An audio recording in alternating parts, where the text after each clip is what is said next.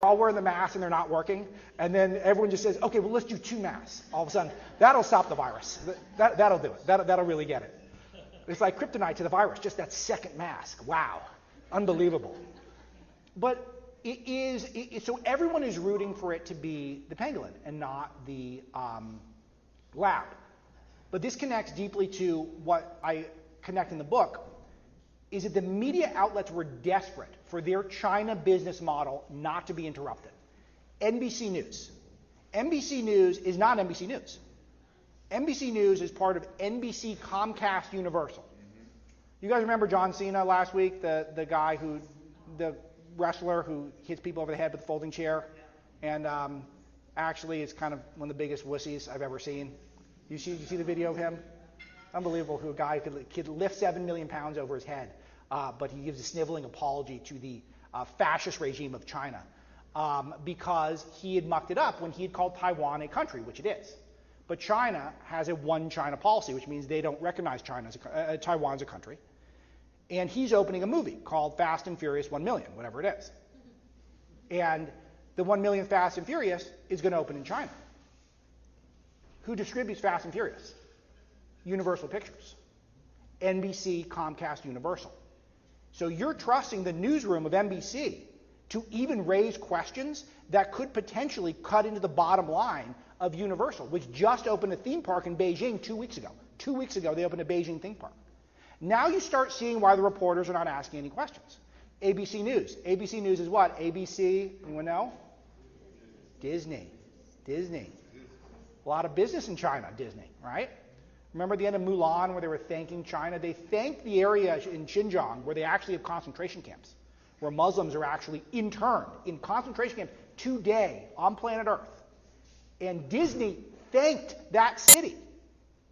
So you think ABC News is going to start looking into the origins of this pandemic? Think there's any chance you're going to do that? The star of the book is arguably Michael Bloomberg, Mini Mike, as Trump would call him. Mini Mike is actually Mega Mike, and he is not to be underestimated. Well, I mean, you can underestimate him in some ways, but he's not to be fully underestimated when it comes to his business prowess and power.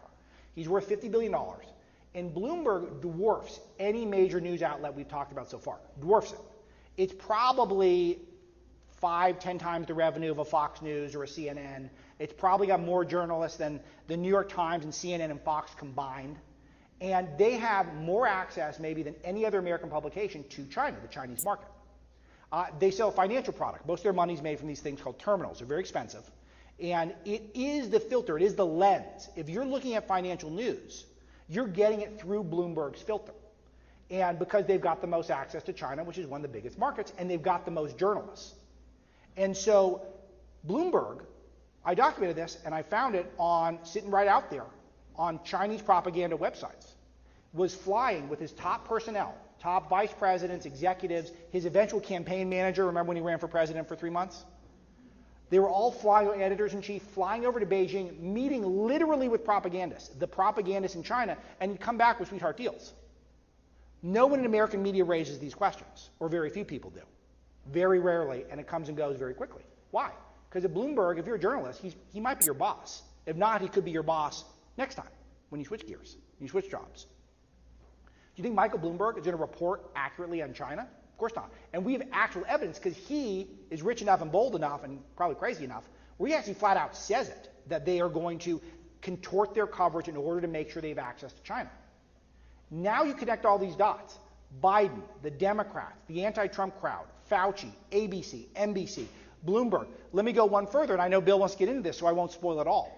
But another one of the villains of the book is a lady named Laurene Powell Jobs. She is Steve Jobs' widow. And I'll leave it there for now because I know we're going to get into it in a bit.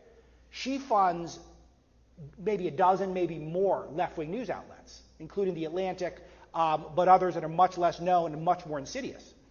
All of her money comes from Disney and Apple. So even if she doesn't have a China bureau, she's getting all her money from China. So this is why we missed the pandemic. This is the true story of the last year. And the media covered it up not just out of Trump hatred, which of course they want Trump to lose, but the corporate media has taken over our media class, and they are misinforming you on virtually every story at the moment. And that is the frightening message I have. But there is a way to push back so long as we can preserve the First Amendment. So long as we have the spirit of the First Amendment alive, then I can publish something like this. And I can put it out there, and people can read it. And it's in hardcover, and it shows up in at least some stores. I did check in the airport. It was not in the airport. I was surprised. They had to make room for 7 stacks of Barack Obama and Michelle Obama books. So, I mean, not to mention Stacey Abrams is a novelist now.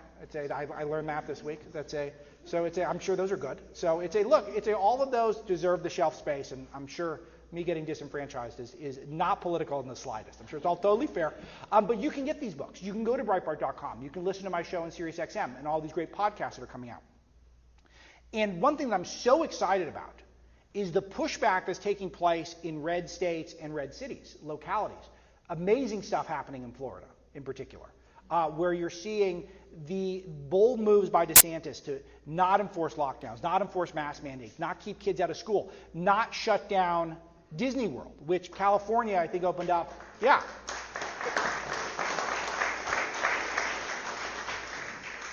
We have breaking news right now at Breitbart, which is, if it's not the lead story now, it will be, which is so unbelievable. Texas is now going down there, and they're going to build their own wall. Governor Abbott's going to build his own wall.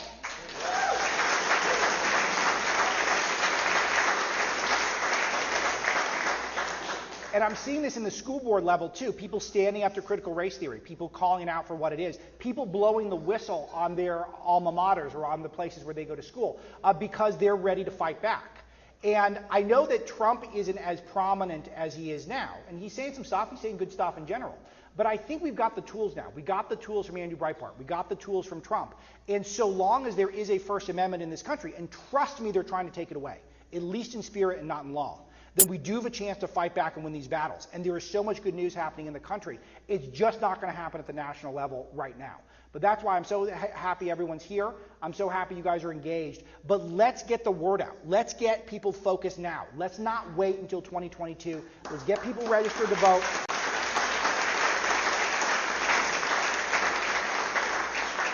You get people signing up, joining your linking clubs, joining your HOA. All of these recommendations are in the book of things we can do. Just start getting involved and being more vocal, being fearless. And you don't have to be a jerk about it. You can be. I'm generally pretty mild-mannered, though I will make a snarky comment at some people from time to time. Let me point something out that just happened right before. Do you guys remember Keith Olbermann? How many of you guys remember Keith Olbermann? He just tweeted at me saying, this is 28 minutes ago, A, you're a moron, B, Breitbart was a drunken moron, and C, Breitbart is a dead drunken moron. Very classy guy, MSNBC guy. Class act, that Keith Olbermann. Could you imagine, he says that stuff publicly. Like, that's real, that's not a fake account. This is who we're up against. These people are very beatable. And they had to change all the rules imaginable in order to barely drag Biden across the finish line in 2016. I'm happy to get into that if anyone has questions. There's 2 chapters in the book on what is essentially election rigging. I mean, that's essentially what it is. It's not, it was done mostly legally, which is sad. It was not done necessarily with, the Venezuelan voting machines that were bought by China and moved to Frankfurt and they were flipping votes. That's not true. But what is true is they had to change all these rules at the last minute, and the tech establishment, again, deep interest in China, they had to manipulate the content that you all got to see in order to get Biden across. But the bottom line is that our ideas are ascendant right now, and you see it in these localities, you see it in these states, and that's why I'm very excited. I know I have to talk myself into this because I've got at least 2 children at this point, and I want to have more. But I genuinely believe it. I'm very optimistic on America, and I'm very optimistic on the state of Ohio. I think you guys have great things to come here. So I'm really thrilled to follow this state and speak to more of you. So on that, Bill, let's do some questions.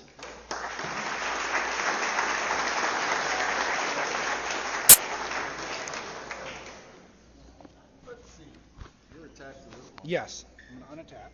I got you. Okay. Yes. Better Just you. have a seat. I'll do it. Oh, I see. This is just for my live stream. Okay. Yeah.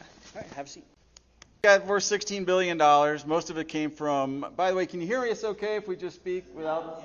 No. Okay. Can you hear me okay, or do I need a mic, Purdy? Oh. We can't hear you. Okay. Okay. I'll hand it off. So she's worth $16 billion. Disney and Apple are the prime sources of those. Yachts. This is not a right-wing group. This is a group that named the same year George Soros the world's greatest mega giver. So they're a pro-Soros group. So they still think that she's not above board in what she does.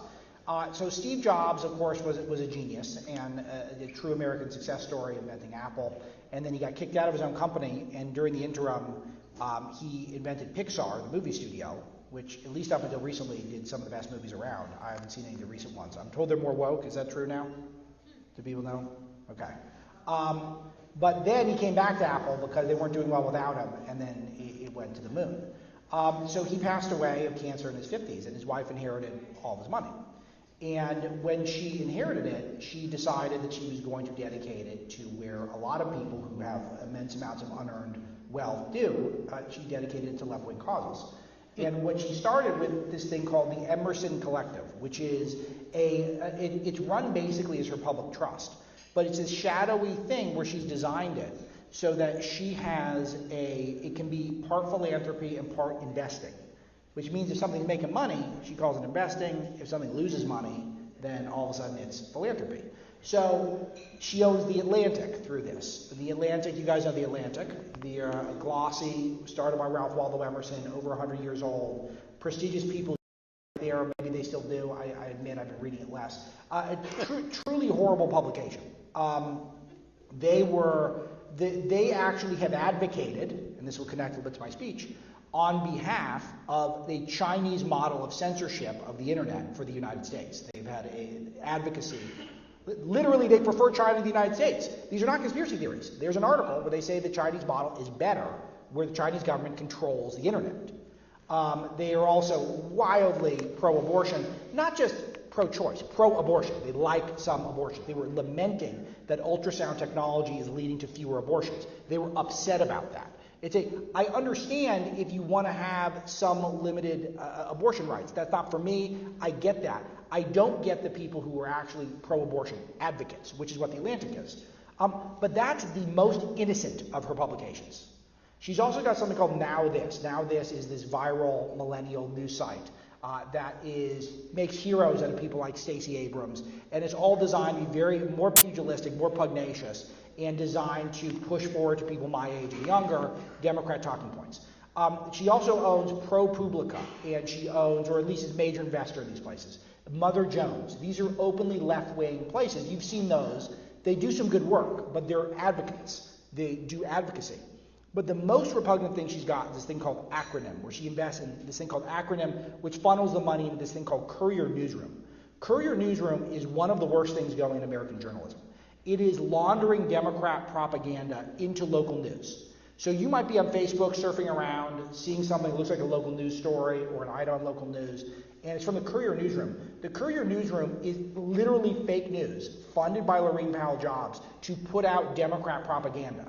And I go through it. She's got other publications too, like Axios. It's another big one that she's got. All of these outlets seem to be working in tandem.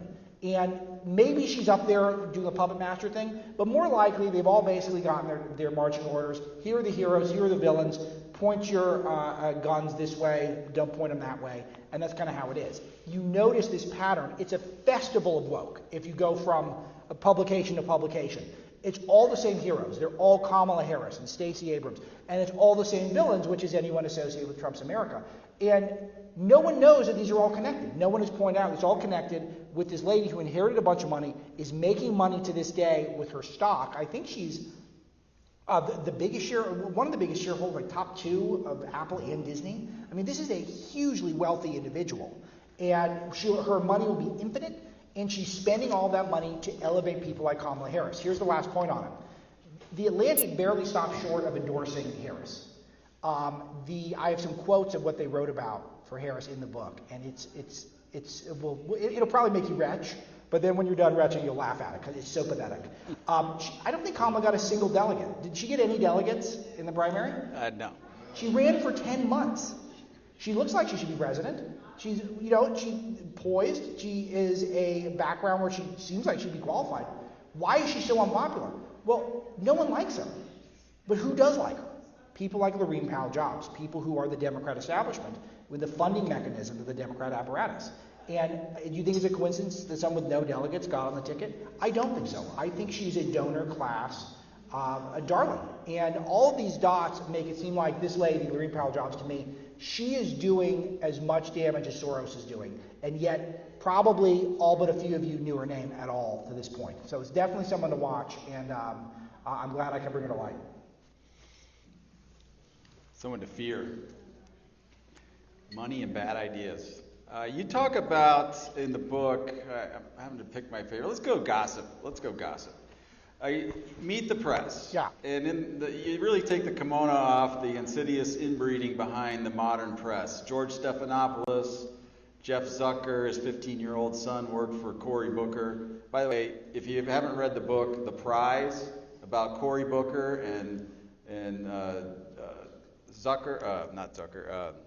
Facebook, who offered him $100 million to straighten out the schools in his hometown, Newark, New Jersey. Thank you. It's amazing what a failure Cory Booker is. He's an unbelievably unqualified failure, and it's a great book that documents the whole thing. But that said, this incestuous relationship between the media and the Democratic Party. So I'll give you, this is an entire chapter, so I will encourage you all to pick up the book and read it. But I'll give you my favorite, and that's Chuck Todd. Sleepy Eyes Chuck Todd, as Trump would call him. Chuck Todd's family are Democrat activists, and he poses as a straight news person, and he gives his opinion from time to time. But pre-Trump, he was one of those guys who was not horrible. He was not great, he was liberal, but he was not a horrible journalist. I think he would ask better questions than most of his compatriots and colleagues. But he's one of those guys who snapped under Trump. And I started to look into Chuck Todd, and one thing that's unbelievable is that he was actually, for a long time, maybe he still is, I forget, Amy Klobuchar's landlord.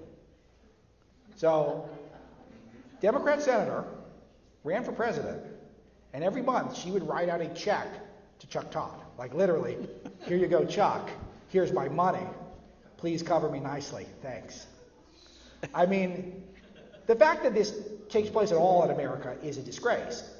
But the fact that Chuck Todd interviewed her 8 different times during the campaign trail and disclosed it 0 times is an outrage. It is.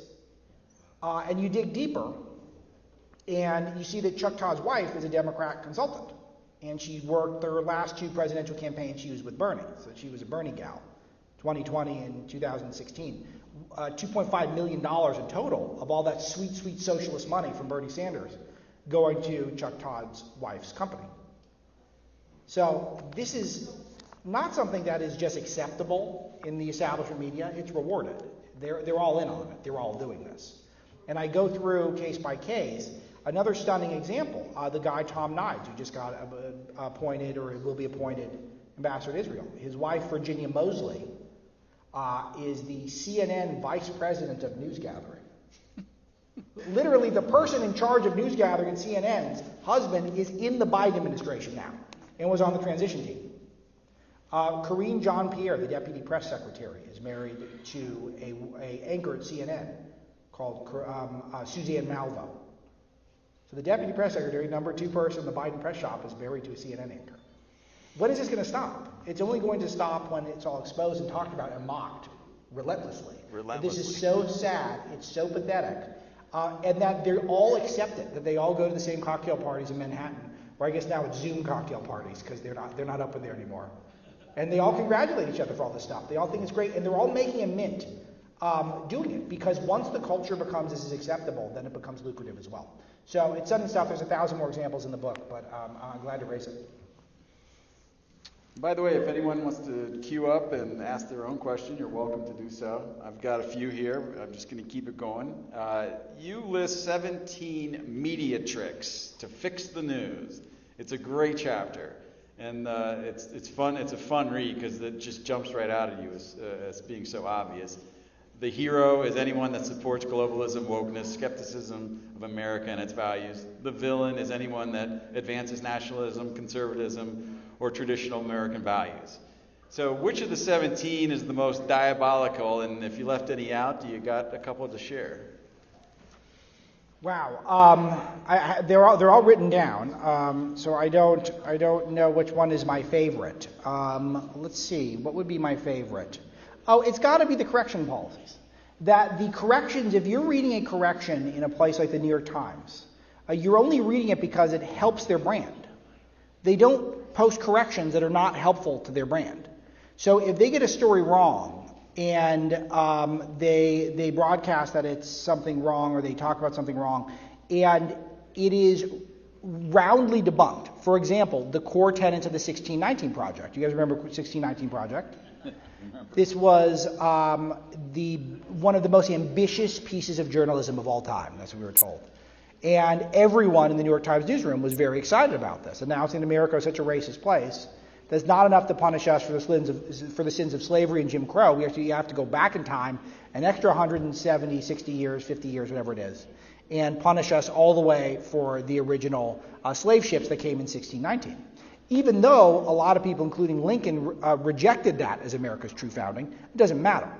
And this was something that was roundly rebuked by academics, and not just old white men academics. A very prominent African-American studies professor, a black woman from Northwestern University, came out and said, this is not true. And I reached out to the New York Times and said, core tenets of this are false. The New York Times did make a couple changes to 1619 when they came under a lot of scrutiny, a lot of pressure. And when they did it discreetly. They just removed a word here or there, maybe added a tweak here or there, but then they went on to announce that it hadn't been corrected, everything stands, this is the greatest thing ever, and give it another Pulitzer, and let's get all of our kids learning about it. So they don't issue a correction. There was another story that was very similar around the same time called Caliphate, and this is probably less known, but some of you are probably aware of it. It was this really ambitious podcasting project where they were investigating ISIS infiltration in Canada. And really deeply researched, very thorough, a lot of first-hand or second-hand sources, very serious reporters behind it. And the key claims of the Caliphate project started to fall apart, or at least became unconfirmed. And so what did the Times do? They went into their podcast and disclaimers, disclosures, right at the top, right at the front. The top editor of the podcast resigned. He had some Me Too issues also, so I don't want to give the Times too much credit. But he did resign. There was a head that rolled, and it changed careers in a negative way. But the Times tried to get some credibility back by at least trying to have some sort of a public reckoning. Why? Because they don't have a big political vested interest in ISIS in Canada. They're just reporting stuff. But 1619, they've got a vested interest, thus no correction. So if you're reading a correction in the New York Times, or you're missing a correction, just know that the corrections only go in one direction. Stuff that makes Trump look bad. Thank you for coming to Dayton, Ohio, and thank you for sharing your wisdom and knowledge in our community for the second time, I think, right, Bill? Yeah. Right. Second time.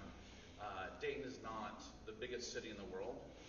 We're a town of innovators, and we appreciate hearing your voice in our town locally and speaking to us. Secondly, Bill, I'll be brief, but thank you to Bill and Lee for bringing this and making this about.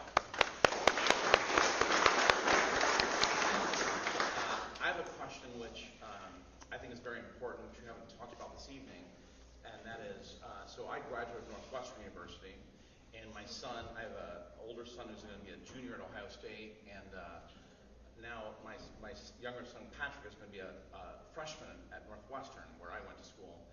My biggest concern is, what are university professors and university administrators doing to influence how our kids think?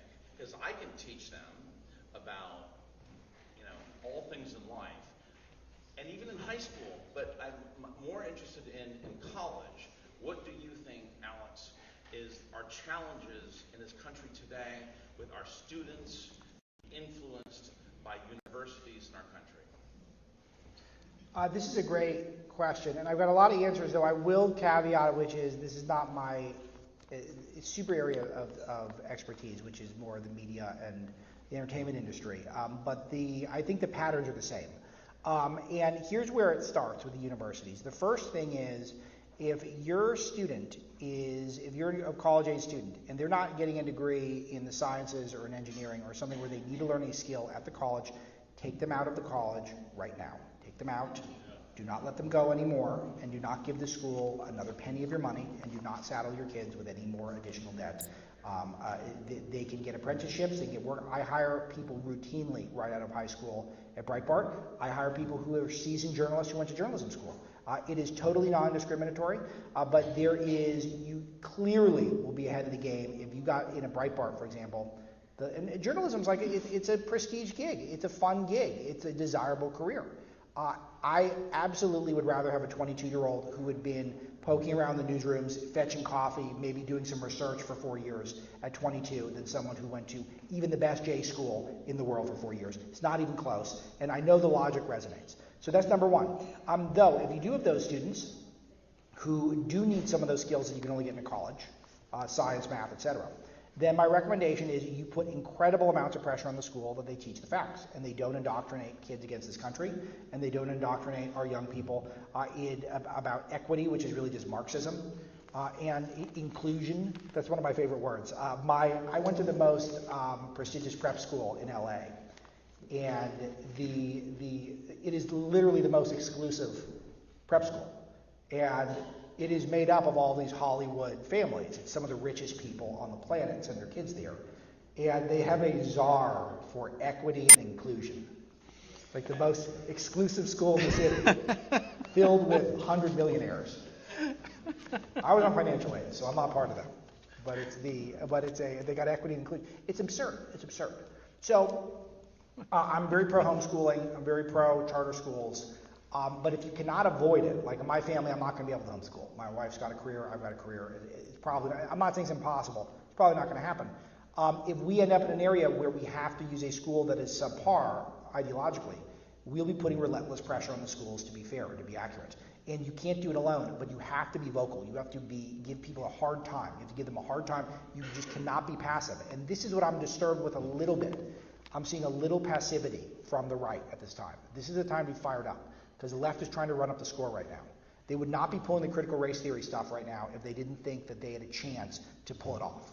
So this is where we need to fight back in a major way. And I think this works at corporations. If your favorite company went woke, give them a call. Just tell them, hey, look, Nike, I love your shoes, but I can't support you. And I know the game, and I know that there's some woke person who's going to buy twice as many shoes as I would have bought. But just to let you know, you're a big disappointment, and you should be ashamed of yourself. This is a great country, and you should be crapping on it all the time.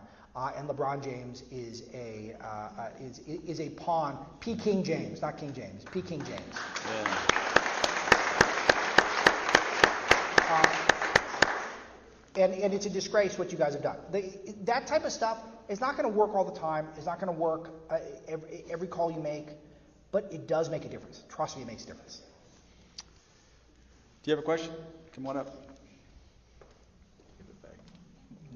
Well, I do. You sort of started answering it, and it's about long-term strategy and how we. I feel like we're kind of a collection of tenant farmers fighting against the organized market. Where I don't feel like on the right we've got I want the government to be 50% smaller 50 years from now. Organized philosophy and how we're pushing forward. And there's clearly organized philosophy on the other side that we're trying to fight against. And our biggest goal is just to kind of be left alone. So how do we wrap all that together? I'm going to just augment that question because it's something I've been thinking about a lot. When I look at, I visited Washington, D.C. recently, and when I think of, I started calling it domestic China. But when you think about, what does actually I'll start here, but my mother used to tell me that her aunt, Helen, had the greatest job in Perry County because she handed out welfare checks. And she was the most loved person in that poorest county of Ohio. And, that's the kind of job that millions of people in Washington, D.C. have. They take our money, they reroute it, they skim a little off for themselves, and then they send it back out. And yet their culture is to support each other in that. To say, oh, you got the job this year, I'll get the job next year. And they only support that which serves themselves. And John Yoo called it the fourth branch of government. To me, if I step back and think, those jobs that form, those Washington jobs that form the federal government are most like what I envision the Chinese leadership to be. Meaning they're all patting each other on the back, you can do no wrong, let me get as close to the top as I can, and I'll just work my career. So that is a very strong problem that we're dealing with.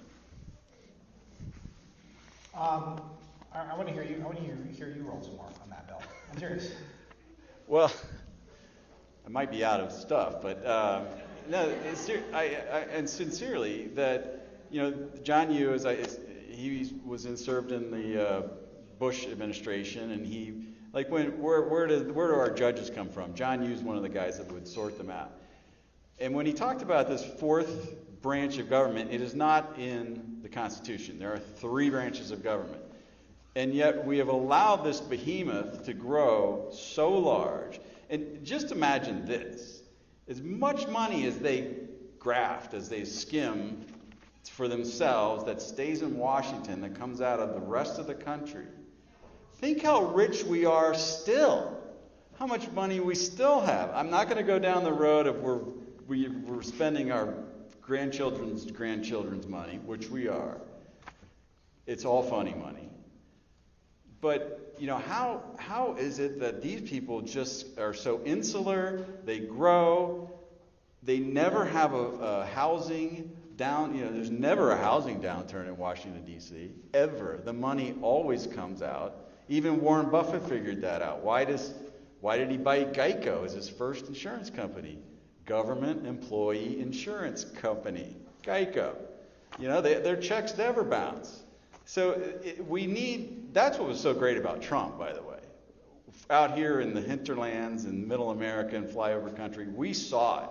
That guy's talking about our mission in life. That guy, that Trump, foibles, problems, personality, I happen to get along with it. Many friends didn't. But what he was saying was what we were saying.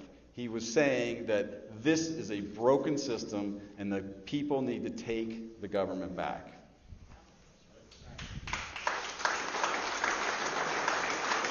I don't want it to be too much of a disappointment, but my main response is that I agree. And having been in Washington for 8 years, aside from the, dealing with the giant bugs and the cicadas, you learn very quickly that all of the worst things that are said about Washington are totally true. It's shocking. The Democrat media complex, as our guy drew in the book, is big, but the military-industrial complex is big too, and that was shocking to me. As somebody who grew up out in California, that I thought there's no way that there's actually like a war industry where we're actually sending Americans to die overseas because people seek government contracts, that they want that money. And for them, it becomes, it's the banality of evil. It becomes once you just start getting money, and you don't want to vote yourself out of a deal. You don't want to vote yourself out of money. You don't want the contract to end, even if the contract means people are going to die. And I was like, yeah, but there's no way people are that amoral or immoral in our government, in our bureaucracy, and on the periphery of it. There are, absolutely. And it's pretty unbelievable how hard it is to get out of some of these wars. And I'm not an anti-war guy. When Trump would surprise bomb a terrorist in Syria or Iran, I was giddy when he would do that stuff. I thought that was the coolest stuff. It's exactly what you're supposed to do. Just be totally surprised, stealth, and unpredictable. That keeps everyone on their edge. I thought, by the way, of all of Trump's unsung accomplishments, his foreign policy was just pitch perfect. I can think of almost nothing. And I'll tell you, this situation, this flare-up in the Middle East that just happened, it would have been so much worse if not for the Abraham Accords. This is another dot that people should be connecting, is that none of the Abraham Accords countries got in on behalf of Hamas, which they for sure would have before the Abraham Accords. Another thing that's amazing, and another accomplishment for Trump that we'll never talk about, unless you go to Breitbart, then we can talk about him. But there's all these things that happen in Washington where you've got people who are recommending. Take Eric Schmidt comes up in the book. He was one of the top guys at Google, worth $10 billion, whatever he's worth. And he's recommending people for the Biden administration, the Biden transition team, and they're going to get in there, and then they're going to recommend Google for the Pentagon contracts. even though Google doesn't want to do some of the stuff because Google's too woke. But they're going to get the first crack at it. Think this is a coincidence? Of course not. And you don't want that stuff to be true. You don't want it to be true that the people in Washington are such sellouts, but they are. And that's why we need to drain the swamp. There needs to be, and it's going to be much harder. It's a generational thing. Swamp draining. And we need term limits right away. And I was not a term limit guy when I got to Washington. I was a let the people decide. It's more libertarian, whatever. I'm totally a term limit guy. You set it a reasonable thing, like 3 or 4 months. That sound good? And send everyone back out. I have a question about that. So I was a term limit guy. And then it occurred to me, well, if a guy's only there 4 years, I mean, they're almost feckless as they are. I mean, they really, the 500 or so people we send up there are literally because of the embedded bureaucracy. So if you send a guy up there and you say, oh, you're only going to be there for 4 or 6 or 12 years, doesn't that just enhance the power of the bureaucracy? Term limit them too. Yeah, it's a but it is a great point. If you just term limit Congress and not the people at the FBI, the DOJ, then I mean the State Department. The State Department is just shocking. The more you learn about it, the scarier it is. You're right, but this is why it's not stuff that's going to be fixed overnight. But it can be fixed so long as we can talk about some of these things and we can start fleshing out some of these ideas and really focus while we can, because there's not a lot of victories that are going to happen on the national level for the next couple of years on the right. Focus on your state, focus on your city, and do a great job there and be these test kitchens to see what are the best policies, what are the best approaches. But this was always one of the few things that was really not perfect about the American system, is it was always going to draw the best and most ambitious and the brightest to Washington. And that was power corrupts, as the saying goes. And this is, Alexis de Tocqueville wrote about this, the French guy who became an American file and expert in American governance. He wrote about this. This was one of the flaws he saw in the system, and that's happening, big league. There's such a draw, there's such a pull to Washington, and we got to reset ourselves. That cannot be the focal points of our lives. We have to go back to God, we have to go back to family, the Judeo-Christian ethic, a moral ethic, and principles of limited government. And we need to get back to that stuff right away, or else we're going to keep going down this hole. I think people are going to figure it out, but the people in power love it. They love it because they're making a mint off of it, and they got cushy gigs. Tony, you want to ask a question? Yeah. Alex, thanks for coming. First off, I'm going to keep my question a lot shorter than Jim's. That was ridiculous. Number 2, Bill LaBeouf for mayor of Dayton, Ohio.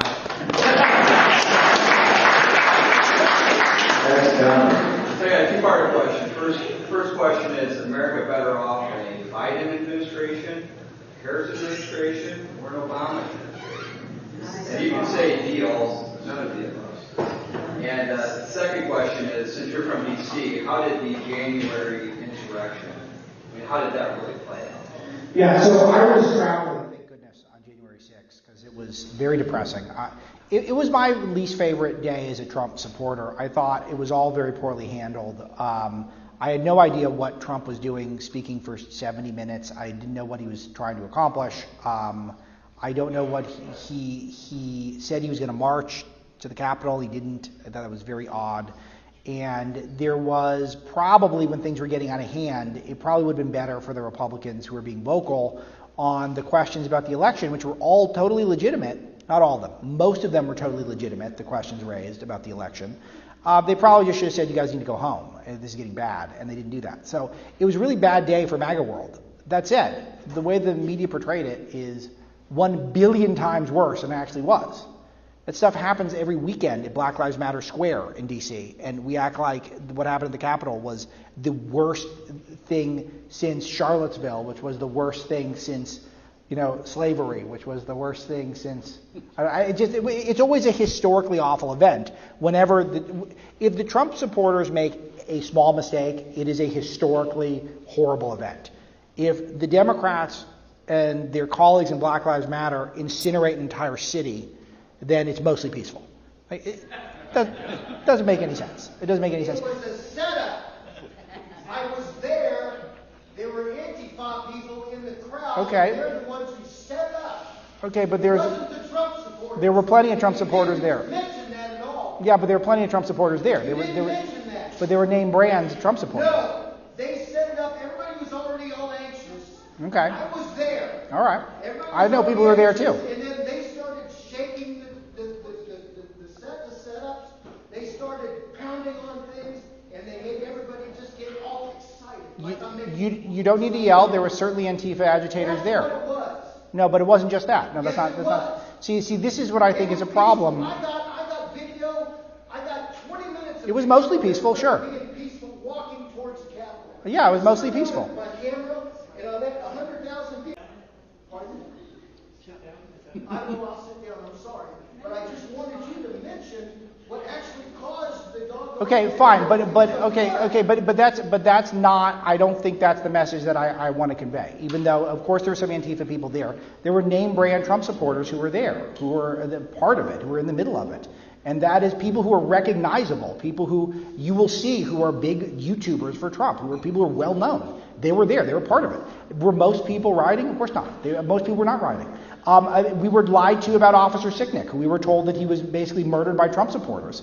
He was not. He had an issue, a stroke or a heart attack or something.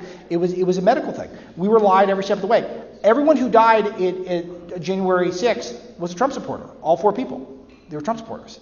This is all an outrage by the media. That said, if we don't have any ability to think that this was not the best way to advance our message, it's going to be used against us forever. Forever. It's going to be used against us. And it was unnecessary. It didn't need to be this way. No one needed to storm the Capitol. So you could simultaneously think the media screwed it up and it's unfair, and also that it was an unforced error. That's my take. I know it's not satisfying to you, but it might not be satisfying to any of you. But that's my take, and I'm gonna roll with that. Yeah, kind of segue into that. My biggest frustration with the Republican Party has always been, and still is, that we eat our own. We do not take the umbrella effect that the Democrats take. That really helps them. And we often eat our own. The visual hate between the Trumpers and the anti-Trumpers is so real and scary. What do we do? Or how about the Trumpers and the guys who are not sufficiently pro-Trump, even though he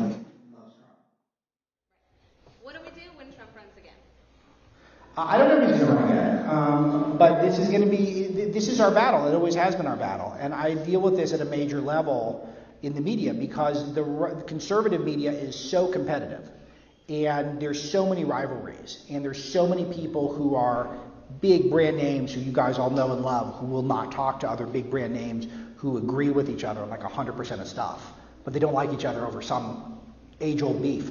The left never operates this way.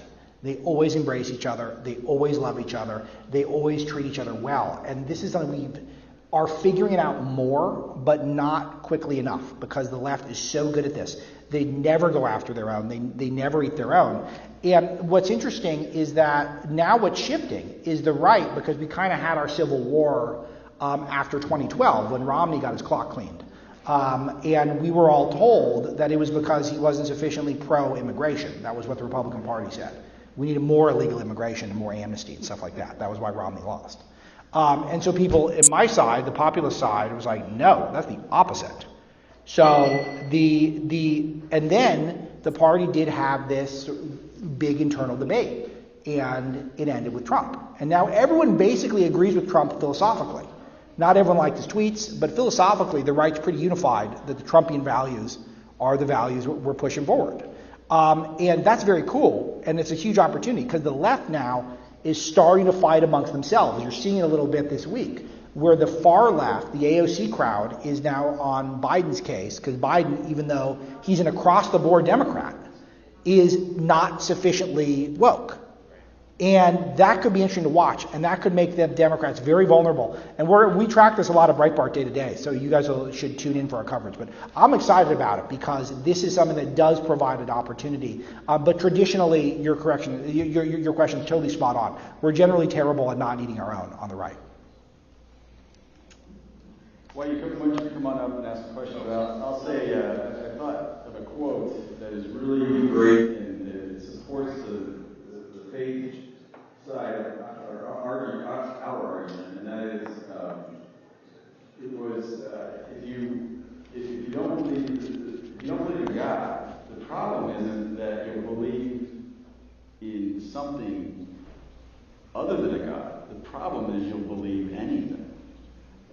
where I see the Democrat Party, and they will eat themselves alive. If we can just stay faithful to each other and true to the Constitution, we can win.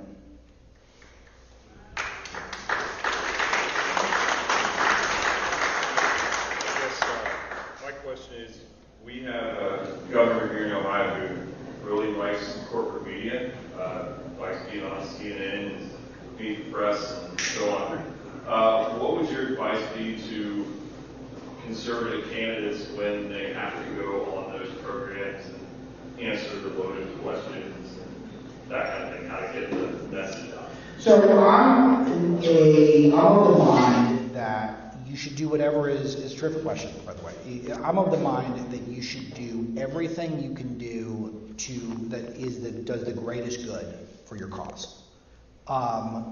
For me, for example, I think it was 2015, CNN was having me on a lot because we were hip to Trump at Breitbart. We thought Trump was he was saying what I talked about earlier in the speech, that he had a clear set of values that we were digging on, that we were loving this stuff. He's talking tough on China, talking tough on trade, talking tough on immigration. He doesn't give a crap about the media. We love that stuff. So I would go on and I would try to make that case, but then I realized they were just wanted me to attack Fox for not being sufficiently pro-Trump, which, as you guys might recall, Fox was pretty anti-Trump. They almost tried to take him out with Chris Wallace and Megyn Kelly. And then when I realized what they were doing, they were just using me to attack Fox.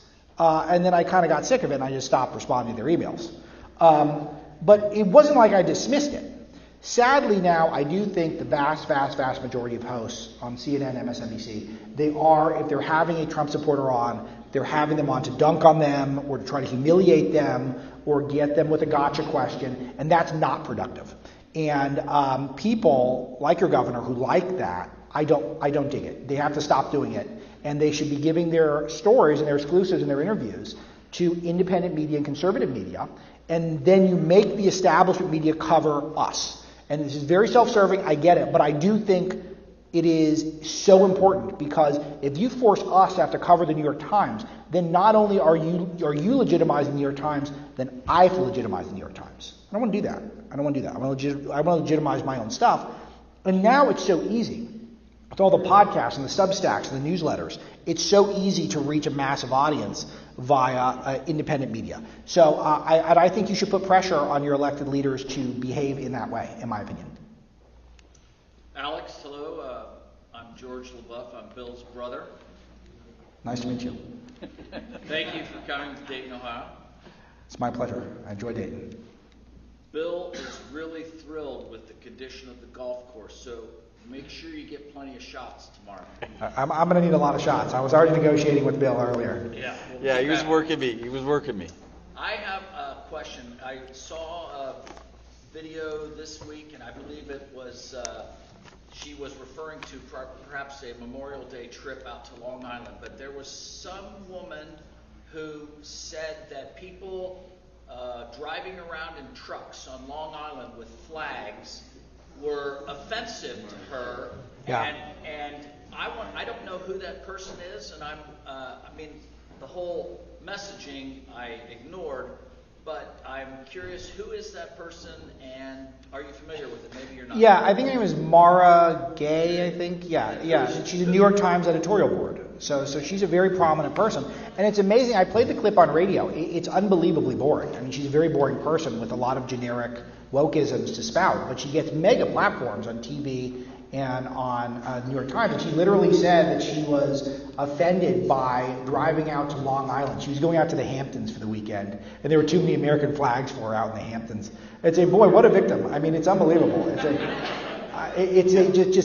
Oh my goodness, I was driving around to the Hamptons, and I just wanted to go to a crab bake, and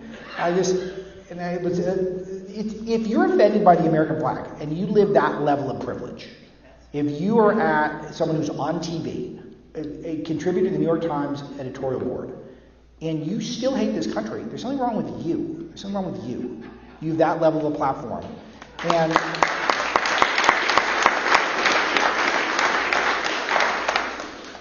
But let me return to what I talked about with Trump and how Trump predicted the cancel culture. Trump said when they were trying to cancel the statues in, Confederate states, when Trump said, if we're not careful, it's going to be Washington and Jefferson next. We still have to take what this woman is saying seriously, because this is the first of a series of dominoes that could fall, that could literally lead to the flag of the United States defense me.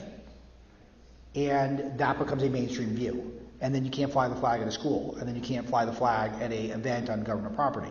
Who even knows where it's going to go? They're already putting up Black Lives Matter flags and LGBTQ plus alphabet flags all over our embassies.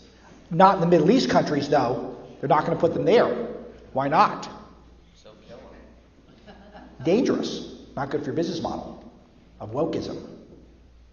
And this is something that we do have to keep on guard for, unfortunately. It's mockable for now, but that's why if they keep trying to squeeze our megaphones so that we can't get the message out on social media, we can't have publications that are thriving, and we can't get candidates out there who are talking about the issues in a bold and clear way, and they're getting intimidated by the activist left, then we're going to have major problems, because these ideas are going to get mainstreamed. And that is a warning for all of us, but I do think it's a winnable battle so long as we're having forums like this and people can come out and talk and hang out, and maybe you got a few ideas from the book or from me tonight that you can share with your friends and family. It's so important, so just be vocal. You can be kind, but be vocal, and that's the message for tonight. Thanks, everyone.